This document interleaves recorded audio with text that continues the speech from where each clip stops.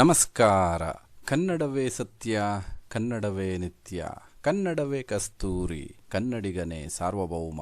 ನಾನು ನಿಮ್ಮ ಕನ್ನಡಿಗ, ರೈತನ ಮಗ ಅಶೋಕ್ ಕುಮಾರ್ ಜಿಎಸ್. ಬಂಧುಗಳೇ, ಇವತ್ತು ಸಂಕ್ರಾಂತಿ. ಯಾರ್ಯಾರು ನಮ್ಮ ಯೂಟ್ಯೂಬ್ ಚಾನೆಲ್ನ ನೋಡ್ತಾ ಇದ್ದೀರಾ, ಜೊತೆಗೆ ಯಾರ್ಯಾರು ನಮ್ಮ ಯೂಟ್ಯೂಬ್ ಚಾನೆಲ್ನ ಸಬ್ಸ್ಕ್ರೈಬ್ ಮಾಡಿದ್ದೀರಾ, ಜೊತೆಗೆ ನಮ್ಮ ಪ್ರೀತಿಯ ವಿದ್ಯಾರ್ಥಿಗಳಿಗೆ ಮಕರ ಸಂಕ್ರಾಂತಿ ಹಬ್ಬದ ಹಾರ್ದಿಕ ಶುಭಾಶಯಗಳನ್ನು ತಿಳಿಸುತ್ತೇನೆ. ಇವತ್ತು ದಿನಾಂಕ 15 ಜನವರಿ 2026. ಟೈಮ್ ಬಂದು 6:40 ಆಗ್ತದೆ. ಈ ಒಂದು ಟೈಮಲ್ಲಿ ಒಂದು ಟ್ರೇಡು ಸಿಗುವ ಲಕ್ಷಣಗಳು ಯಥೇಚ್ಛವಾಗಿ ಆಲ್ರೆಡಿ ಕಂಡು ಬಂದಿದೆ. ಬಟ್ ಆಲ್ರೆಡಿ ಕಂಡು ಬಂದಾಗಿದೆ. ಈ ಒಂದು ಟ್ರೇಡ್ನ ಹಿನ್ನೆಲೆ ಏನು, ಅದರ ಇತಿಹಾಸ ಏನು ಅಂತ ತಿಳಿಸ್ಕೊಡ್ತೀನಿ. ಅದಕ್ಕಿಂತ ಮುಂಚೆ ಯಾರ್ಯಾರು ಹೊಸಬರು ನಮ್ಮ ಯೂಟ್ಯೂಬ್ ಚಾನೆಲ್ನ ನೋಡ್ತಾ ಇದ್ದೀರಾ, ನಮ್ಮ ಯೂಟ್ಯೂಬ್ ಚಾನೆಲ್ನ ಸಬ್ಸ್ಕ್ರೈಬ್ ಮಾಡಿ, ಲೈಕ್ ಮಾಡಿ, ಶೇರ್ ಮಾಡಿ. ಓಕೆ ಬಂಧುಗಳೇ, ಇಲ್ಲಿ ಈ ಒಂದು ಚಾರ್ಟನ್ನು ಗಮನಿಸಿ. ಈ ಒಂದು ಚಾರ್ಟಲ್ಲಿ ಯಾವುದೇ ಥರದ ಇಂಡಿಕೇಟರ್ ಆಗಲಿ ಅಥವಾ ವಾಲ್ಯೂಮ್ ಆಗಲಿ ಅಥವಾ ಟ್ರೆಂಡ್ ಲೈನ್ ಆಗಲಿ ಅಥವಾ ಮೂವಿಂಗ್ ಅವರೇಜ್ ಯಾವುದೂ ಕೂಡ ಇಲ್ಲ. ಇದನ್ನು ಪ್ಲೈನ್ ಚಾರ್ಟ್ ಅಂತ ಕರಿತೀವಿ. ಆದಷ್ಟು ನಮ್ಮ ಕನ್ನಡಿಗರು ಪ್ಲೈನ್ ಚಾರ್ಟ್ ಮುಖಾಂತರ ನೋಡಿ ಪ್ರತಿಯೊಂದನ್ನು ಕೂಡ ತಿಳ್ಕೊಬೋದಾಗಿದೆ. ಇಲ್ಲಿ ಒಂದನ್ನು ಅರ್ಥ ಮಾಡ್ಕೊಳ್ಳಿ ಬಂಧುಗಳೇ. ಒಂದು ಲೈನನ್ನು ಹಾಕ್ತೇನೆ. ಈ ಒಂದು ಲೈನ್ ಇವಾಗ ಏನು ಹಾಕಿದ್ದೀನಿ, ಈ ಲೈನನ್ನು ಗಮನಿಸಿ. ಇಲ್ಲಿ ಬೈಯರ್ಸ್ಗೆ ತುಂಬಾ ಬುಲಾವ್ ಕೊಟ್ಟಿದ್ದಾರೆ. ನಿನ್ನೆನೂ ಕೂಡ ಇದನ್ನು ಡಿಸ್ಕಸ್ ಮಾಡಿದ್ದೆ. ನಮ್ಮ ಸ್ಟೂಡೆಂಟ್ ಗ್ರೂಪಲ್ಲಿ ಸೇಮ್ ಸ್ಟ್ರಾಟಜಿನ ಅಪ್ಲೈ ಮಾಡ್ತಾ ಇದ್ದೇವೆ. ಆಲ್ರೆಡಿ ಇದನ್ನು ನಮ್ಮ ಸ್ಟೂಡೆಂಟ್ ಗ್ರೂಪ್ಗೆ ಆಲ್ರೆಡಿ ಪೋಸ್ಟನ್ನು ಕೂಡ ಮಾಡಾಗಿದೆ. ಇದು ಏನು ಎತ್ತ ಅನ್ನೋದನ್ನ ತಿಳಿಸ್ಕೊಡ್ತೇನೆ ನೋಡಿ. ಇಲ್ಲಿ ಬೈಯರ್ಸ್ ಇದ್ದಾರೆ, ಇಲ್ಲೂ ಕೂಡ ಬೈಯರ್ಸ್ ಇದ್ದಾರೆ, ಇಲ್ಲೂ ಇದ್ದಾರೆ. ಕಂಪ್ಲೀಟಾಗಿ ಬೈಯರ್ಸು ಸ್ಟ್ರಾಂಗ್ ಆಗಿದ್ದಾರೆ. ಈ ಪಾಯಿಂಟಲ್ಲೆಲ್ಲನೂ ನಾವೇನು ಮಾರ್ಕ್ ಮಾಡಿದ್ವಿ, ಈ ಪಾಯಿಂಟಲ್ಲೆಲ್ಲನೂ ತುಂಬಾ ಸ್ಟ್ರಾಂಗ್ ಬೈಯಿಂಗ್ ಆಕ್ಟಿವಿಟಿ ನಡೆದಿದೆ.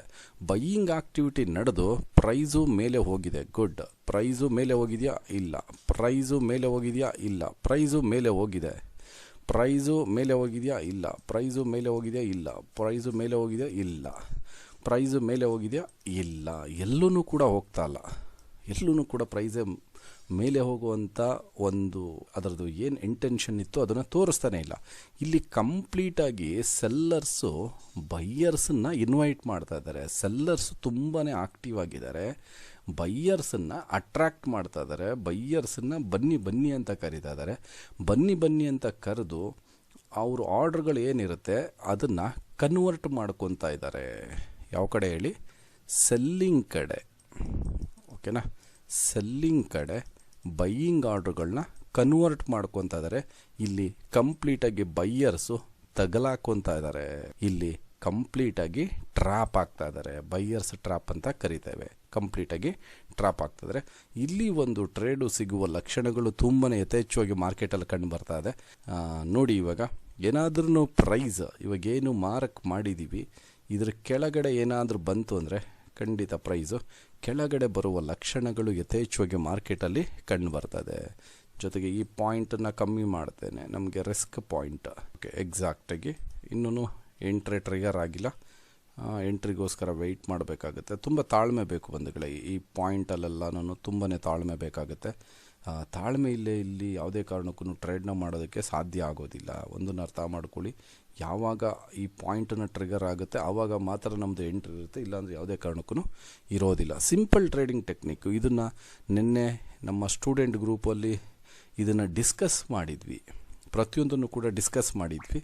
ಸೇಮ್ ಸ್ಟ್ರಾಟಜಿನ ಇಲ್ಲಿ ಅಪ್ಲೈ ಮಾಡ್ತಾ ಇದ್ದೀವಿ. ಈ ಪಾಯಿಂಟ್ ಕೆಳಗಡೆ ಬಂತಂದರೆ ನಮ್ಮದು ಎಂಟ್ರಿ ಪಾಯಿಂಟ್ ಆಗುತ್ತೆ. ಮುಖ್ಯವಾಗಿ ಇಲ್ಲಿ ತಾಳ್ಮೆ ಬೇಕು. ಟ್ರೇಡಿಂಗಲ್ಲಿ ತಾಳ್ಮೆ ಇಲ್ಲ ಅಂದರೆ ತುಂಬ ಕಷ್ಟ ಆಗುತ್ತೆ. ತಾಳ್ಮೆಯಿಂದ ಕಾಯಬೇಕಾಗುತ್ತೆ. ತಾಳ್ಮೆಯಿಂದ ಕಾಯಿದರೆ ಖಂಡಿತ ನಾವು ಟ್ರೇಡಿಂಗ್ನಲ್ಲಿ ಸಕ್ಸಸ್ಫುಲ್ ಆಗ್ಬೋದಾಗಿರುತ್ತೆ. ತಾಳ್ಮೆಯಿಂದ ಕಾಯೋಣ. ಬರುತ್ತಾ ಇಲ್ವಾ ಅನ್ನೋದು ಅನುಮಾನ ಬೇಡ. ಹೆಂಗಿರಬೇಕು? ಬಂದೇ ಬರುತ್ತೆ. ಏನು ಹೇಳಿ? ಬಂದೇ ಬರುತ್ತೆ. ಆ ಥರ ಕಾನ್ಫಿಡೆನ್ಸ್ ಆಗಿರ್ಬೇಕು ನಾವು. ಓಕೆ, ಎಂಟ್ರಿ ಟ್ರಿಗರ್ ಆಗಿದೆ. ಎಸ್ ಎಲ್ ಪಾಯಿಂಟ್ ನೋಡಿ, ಇಲ್ಲಿ 174 ಪಾಯಿಂಟ್ಸ್ ಎಸ್ ಎಲ್ ಇದೆ. ಟಾರ್ಗೆಟ್ ಪಾಯಿಂಟ್ 551 ಪಾಯಿಂಟ್ಸನ್ನು ಎಕ್ಸ್ಪೆಕ್ಟ್ ಮಾಡ್ತಾ ಇದ್ದೀವಿ. 551 1:1 ಎಲ್ಲಿಗೆ ಬರುತ್ತೆ ಅದನ್ನು ಮಾರ್ಕ್ ಮಾಡೋಣ. 174 ಅಂದರೆ 174ಗೆ 1:1 ಇಡೋಣ. ಓಕೆ, ಈ ಪಾಯಿಂಟ್ ಇದನ್ನು ತೆಗೆದು ಇಲ್ಲಿಗೆ ಇಡೋಣ. ಇದಾದಮೇಲೆ ಎರಡನೇದು ಇದನ್ನು ಇಲ್ಲಿಗೆ ಇಡೋಣ. ಫಸ್ಟ್ ಟಾರ್ಗೆಟ್ ಈ ಪಾಯಿಂಟು, ಈ ಲೈನ್ ಏನಿದೆ ಇದು ಸೆಕೆಂಡ್ ಪಾಯಿಂಟ್. ಇದು ಆಲ್ರೆಡಿ 34 ಪಾಯಿಂಟ್ಸ್ ರನ್ನಿಂಗಲ್ಲಿದೆ. Simple trading technique. ಇದನ್ನು ನಮ್ಮ ಪ್ರೀಮಿಯಂ ಗ್ರೂಪ್ ಅಂದರೆ ನಮ್ಮ ಸ್ಟೂಡೆಂಟ್ ಗ್ರೂಪಲ್ಲೂ ಕೂಡ ಕೊಟ್ಟಾಗಿದೆ. ಅಲ್ಲೂ ಕೂಡ ಏನು ಕೊಟ್ಟಿದೆಯೋ ಅದನ್ನು ನಿಮ್ಮ ಕಣ್ಣು ಮುಂದೆ ತೋರಿಸ್ತೇನೆ ನೋಡಿ. ಅಶೋಕ್ ಆರ್ಡರ್ ಬ್ಲಾಕ್ ಅಂತ ಹೇಳ್ಬಿಟ್ಟು ನಮ್ಮ ಸ್ಟೂಡೆಂಟ್ ಗ್ರೂಪ್ ಇದೆ. ಸ್ಟೂಡೆಂಟ್ ಗ್ರೂಪಲ್ಲಿ ನೋಡಿ, ಇಲ್ಲಿ 5:45 ಮಾರ್ಕ್ ಮಾಡಿ ಕೊಟ್ಟಿದ್ದೇವೆ ನೋಡಿ. ಇಲ್ಲಿ ಥರ್ಡ್ ಸ್ಟ್ರಾಟಜಿ, ಮೂರನೇ ಸ್ಟ್ರಾಟಜಿ ಇದು.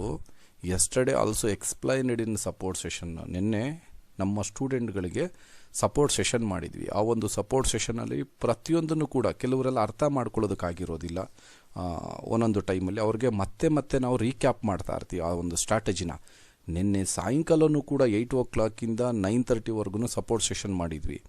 ಆ ಸಪೋರ್ಟ್ ಸೆಷನಲ್ಲೂ ಕೂಡ ಸೇಮ್ ಸ್ಟ್ರಾಟಜಿನ ಎಕ್ಸ್ಪ್ಲೈನ್ ಮಾಡಿರೋವಂಥದ್ದು ಇಲ್ಲಿ ಹಾಕಿದ್ದೀನಿ. Third strategy yesterday also explain in support session. ಆ ಒಂದು ಸ್ಟ್ರಾಟಜಿನ ಮಾರ್ಕ್ ಮಾಡಿ ಕೊಡಲಾಗಿದೆ. ಚೆಕ್ ಮಾಡಿ ಇಲ್ಲಿ ಪ್ರತಿಯೊಬ್ಬರೂ. ಚಾರ್ಟನ್ನು ದೊಡ್ಡದು ಮಾಡ್ತೇನೆ ನೋಡಿ. ಇಲ್ಲಿ ಮಾರ್ಕ್ ಮಾಡಿ ಕೊಡಲಾಗಿದೆ ನೋಡಿ. ಇಲ್ಲಿ ಮಾರ್ಕ್ ಮಾಡಿ ಕೊಡಲಾಗಿದೆ. ಓಕೆನಾ? ಎಲ್ಲಿ ಏನು ಮಾಡಬೇಕು ಅನ್ನೋದು ತುಂಬ ಮುಖ್ಯ ಆಗುತ್ತೆ.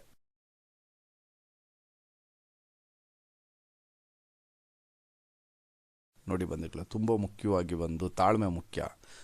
ತಾಳ್ಮೆ ಇದ್ದರೆ ಏನು ಬೇಕಾದರೂ ಮಾಡ್ಬೋದಾಗಿರುತ್ತೆ. ನಾವು ಟ್ರೇಡ್ ಮಾಡೋದಲ್ಲ, ನಮ್ಮ ಸ್ಟೂಡೆಂಟ್ಗಳಿಗೂ ಅರ್ಥ ಆಗಲಿ ಅಂತ ಹೇಳ್ಬಿಟ್ಟು ಪ್ರತಿಯೊಂದನ್ನು ಮಾರ್ನಿಂಗೇ ಇನ್ನು 5:45 ಕೊಟ್ಟಿದ್ದೀವಿ ನೋಡಿ. ರನ್ನಿಂಗ್ 123 ಪಾಯಿಂಟ್ಸ್ ರನ್ನಿಂಗಲ್ಲಿದೆ ಮಾರ್ಕೆಟಲ್ಲಿ.